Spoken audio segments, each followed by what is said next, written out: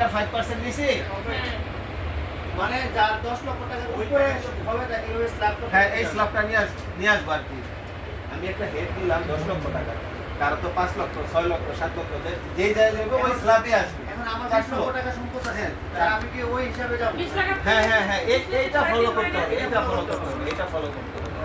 আচ্ছা এই জায়গায় আমার 10% চলে আসলো কত? 40,000 টাকা। ঠিক আছে, তো রইল কত? 1.5 লক্ষ টাকা, তাই না? 1.5 লক্ষ টাকা থেকে এই জায়গায় আমার কত ছিল? 5 লক্ষ টাকার স্ল্যাব। কিন্তু এই 1.5 লক্ষ টাকার উপরে আমার যেহেতু এটা অবশিষ্ট, আমি এই স্ল্যাবে পড়ে গেছি, এই জায়গায় আমি 15% ধরে আর তো আমার মাইনাস করার দরকার আছে কি? 15% যেই টাকাটা আছে ওইটা 1.5 লক্ষ টাকা অবশিষ্ট যেটা অবশিষ্ট, ঠিক আছে? এটা আমার তো আমার নিতে হচ্ছে না, এটা 15% যা আসে এই টাকাটা আমি কি করে এই ফুল টাকাটা আমি এই জায়গায় মোট করে নিলাম। এটা হচ্ছে আমার ন্যূনতম কর। এই জায়গায় বলা হয়েছে যে 15তে বলা হয়েছে ন্যূনতম কর আমার এই জায়গায় চলে আসবে ডিরেক্ট, ঠিক আছে? এখন ভাই আরেকটু বলতে চাই। হ্যাঁ বলেন কোন জায়গায় বুঝলেন? 10 লাখ টাকা মোটায়। হ্যাঁ মোটায় 10 লাখ। 3.5 লাখ টাকা ছেলেদের জন্য বাদ দিতে হবে। তো 3.5 লাখ টাকা আপনার পাবই। হ্যাঁ হ্যাঁ হ্যাঁ ওইটা বাদ দিয়ে থাকলে এই জায়গায় আবার মহিলাদের ক্ষেত্রে আমি এই যে 4 লাখ ওখানে শূন্য হ্যাঁ 4 লাখ মাইনাস করে 6 লাখ হলো। 6 লাখ হলো। এরপরে আমার কিন্তু চার্ট ফ্লো এটাই করতে হবে। আমি যাই হই না কেন আমার চার্ট ফ্লো এটাই করতে হবে, ঠিক আছে? ওই টাকা থেকে 1 লাখ আমার চার্ট ফ্লো এটাই করতে হবে। আমরা যে 5% 10% ওগুলো হলো আপনার ওইখানে দেওয়া স্ল্যাপে দেওয়া আছে। 1 লাখ টাকা আছে 5%, জি। এই 4 লক্ষ আছে 10%, তারপরে 5 লক্ষ টাকা আছে 15%, ঠিক আছে? এরপরে 5 লক্ষ টাকা আছে দেয়া 20%। এইভাবে স্ল্যাব বাই করা আছে চার্ট ফ্লো। যে চার্টটা আমরা ওই জায়গায় দেখাই দিয়েছিলাম ওই চার্টটাই এই জায়গায়, ঠিক আছে? তারপরে এই যে আমি এই যে টাকাটা বের করলাম না, এই টাকাটা আমি আস্তে করে এই জায়গায় নামায় দেব, যোগফল করব। এটা হচ্ছে আমার ন্যূনতম কর। এই কোয়ার্টাই দিতে হবে। হ্যাঁ ন্যূনতম কর। এরপরে যদি রিবেট পান এখান থেকে মাইনাস এখন রিবেটে আসি, আগে কর বের করলাম, ঠিক আছে? কর বন্ধ আমরা বুঝতে পারছি সবাই বুঝছি তো? জি, জি। রাকিব ভাই বুঝছি তো? টোটাল কত এটা? হ্যাঁ? 50,000 40,000 এই জায়গায় 15%, 1.5 লক্ষ টাকার 15% কত আসে? 15,000 না 1.5 লক্ষ টাকার 15% কত আসে? 25 মনে হয় 22,500 দেখেন তো, 7,000 22,500 আছে? 7,500 হ্যাঁ না না 1.5 লক্ষ টাকা তো আমাদের, 1.5 লক্ষ টাকা 15%। 22,500 22,500 22,500 না? এইটা আমি তো বলতেছি। না এটা যোগ করে দিই হ্যাঁ, আচ্ছা এই 40,000 ও 5,000 45,000 আর 22,500 67,500 কত আছে? 67,500 67,500। এটার উপর ন্যূনতম কম এটা হচ্ছে আমার ন্যূনতম কর, ঠিক আছে? এখন আমি দেখবো আমার কোনো এআইটি আছে কিনা, আমার কোনো সোর্স ট্যাক্স আছে কিনা, আমার কোনো কর অব্যাহতি অন্যান্য ক্ষেত্রে আছে কিনা। এবার আমি ইনভেস্টমেন্টে চলে যাব। হ্যাঁ 5% 10% কোনো আছে 5% একটু লেখেন।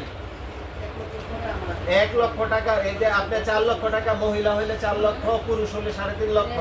পরবর্তী 1 লক্ষ টাকা হচ্ছে 5%, এই যে 5%। এর পরবর্তী 4 লক্ষের ভিতরে হচ্ছে 10%। এর পরবর্তী 15% এর ভিতরে হচ্ছে 5 লক্ষ টাকার ভিতরে হচ্ছে 15%। এর পরবর্তী 5 লক্ষ টাকার উপরে হচ্ছে দেখে 20%। দেখেন এইভাবে আমার চারটা দেওয়া আছে, ওইভাবে চারটা যেটা আমরা কিছুক্ষণ আগে আমরা দেখাইছিলাম। পার্সেন্টেজ ওখানে দেওয়া আছে। আমার এই চারটায় রুলসটাই দেওয়া আছে, আর আমরা যে রুলটা দিয়ে দিব ওইটার ভিতরে সব ডিটেইলস দেওয়া আছে। এখন আমার একটা কোশ্চেন, ওটা আছে 1 লক্ষ টাকার হচ্ছে আপনার কত 5%, 1 লক্ষ টাকার পাঁচ হাজার। তৃতীয় কথা হচ্ছে 4 লক্ষ টাকার 10%। 4 লক্ষ টাকার আছে 10%। এখন আমার প্রশ্নটা কোন জায়গায়? তাহলে 100 আমার 1 লক্ষ টাকার পরে যে স্টেপটা, আমার 4 লক্ষ টাকা নাই। তাহলে সেক্ষেত্রে এই যে অবশিষ্ট চলে আসলো। না 1 লক্ষ টাকার পরে হ্যাঁ আমার 4 লক্ষ না, আমার 50,000 টাকা আছে। তো 50,000 টাকা এটা আমার অবশিষ্ট 10%।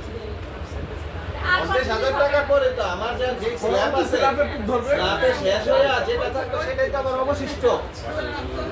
আমি এটা ক্যারি করি নাই, এটা আমার অবশিষ্ট না, আমার কাজ করবো নাই, আমার আছে কত 5,000 আছে, সাপোজ 5,000, কিন্তু আমি 10% স্ল্যাবে তো পড়ে গেছি, ওই 5,000 5,000 এর 10%। 500 টাকা চলে আসছে না।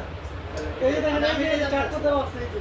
ভাই নিয়ে আসেন, ভাই, এই চারটা অবশিষ্ট এটা তো ওইটার মধ্যে ওইটা না। অবশিষ্ট হচ্ছে আমি যেটা বুঝলাম, আপনি এটা কোনটা বুঝলেন আমি বুঝি নাই, কিন্তু আমি যেটা বুঝলাম অবশিষ্ট হচ্ছে এই যে 30% এর আগে যে 25% থেকে 5% মুক্ত হওয়ার পরে আমাদের এরপরে যে স্ল্যাব যা থাকবে তা হলো অবশিষ্ট। এটা বুঝা শেষ। না না না আচ্ছা এটা বুঝা শেষ। যখন তোমার ওই 1 লাখ টাকা শেষ যা থাকবে আমার ইনকাম নাই এই পর্যন্ত, তাহলে কেন এটা অবশিষ্ট? আমার ইনকাম তো এই জায়গায় শেষ হয়ে গেছে, তাই না? আপনি বলছেন আমার ইনকাম এই জায়গায় শেষ না, আমি কেন এই জায়গায় আসবো? আমি এই জায়গায় ইনকাম করছি, না তাই এই জায়গায় যারা ইনকাম করবে তাদের এটা অবশিষ্ট। আমার ইনকাম এই জায়গায় শেষ, আমার অবশিষ্ট তো এই জায়গায় শেষ, তাই না? এই পর্যন্ত আমি থাকবো। আমার ইনকামটা এই জায়গায় শেষ হচ্ছে, আমার তো এই জায়গায় অবশিষ্ট। এই জায়গায় সেটাই তো আমি 20% বলতেছি যাবো। যে আমার যদি এই 1 লক্ষ টাকাই আমার সাপোজ 4.5 লক্ষ টাকা শেষ, বা আমি 5 লক্ষ টাকা, এই যে 5 লক্ষ টাকা আয় করছি, আমার অবশিষ্ট কত আছে? 50,000। আমার এই 50,000 চলে আসবে 10%, 5,000, 10%, 5,000 চলে আসবে। বেশি হয়ে আমার তো যাবে। অবশিষ্ট এইটা। আমার তো অবশিষ্ট ওইটা না। হ্যাঁ। আমার যখন এইটা চার্ট ফলো করছে, এইটা সর্বশেষ যে চার্টটা, এই চার্টটা ফলো করছে যে তুমি ইনকাম করছো 1 কোটি, 1.5 কোটি, 5 কোটি, সেই ক্ষেত্রে তুমি এটা ফলো করো। আমি 10 লাখ আবার তোমার 10 বড়টা দেখায় দিব, 1 কোটি, 1 কোটি দেখায়। আচ্ছা 1 কোটি, 1 কোটির একটা দেখায় দিই তাহলে।